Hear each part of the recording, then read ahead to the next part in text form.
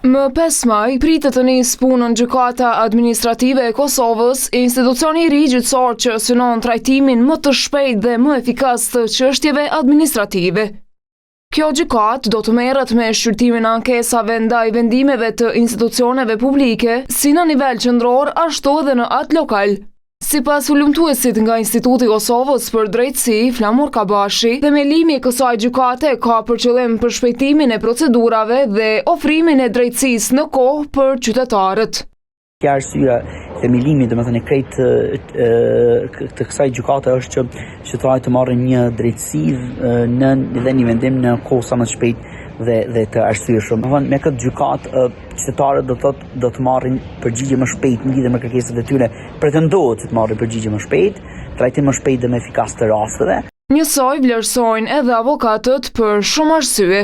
Gjykata administrative është jashtëzakonisht e rëndësishme sepse në gjykata administrative përfundojnë gjitha vendimet e pushtetit e qeverisë, qoftë nivel qendror, qoftë nivel lokal, mirë po edhe vendime tjera që prekun drejt për drejt interesat e qytetarëve, të kompanive.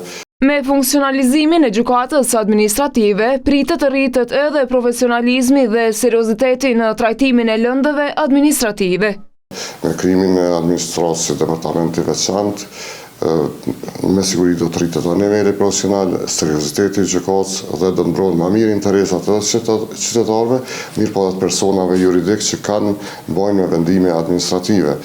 Tash për deri, mund të them prej periudhës parashtyllë deri në ditët e sotme, në gjykatë nuk ka trajtim serioz të lëndëve. Zakonisht lëndë janë kthyer në rivendosje, institucionet prapë kanë vendosur njësoj.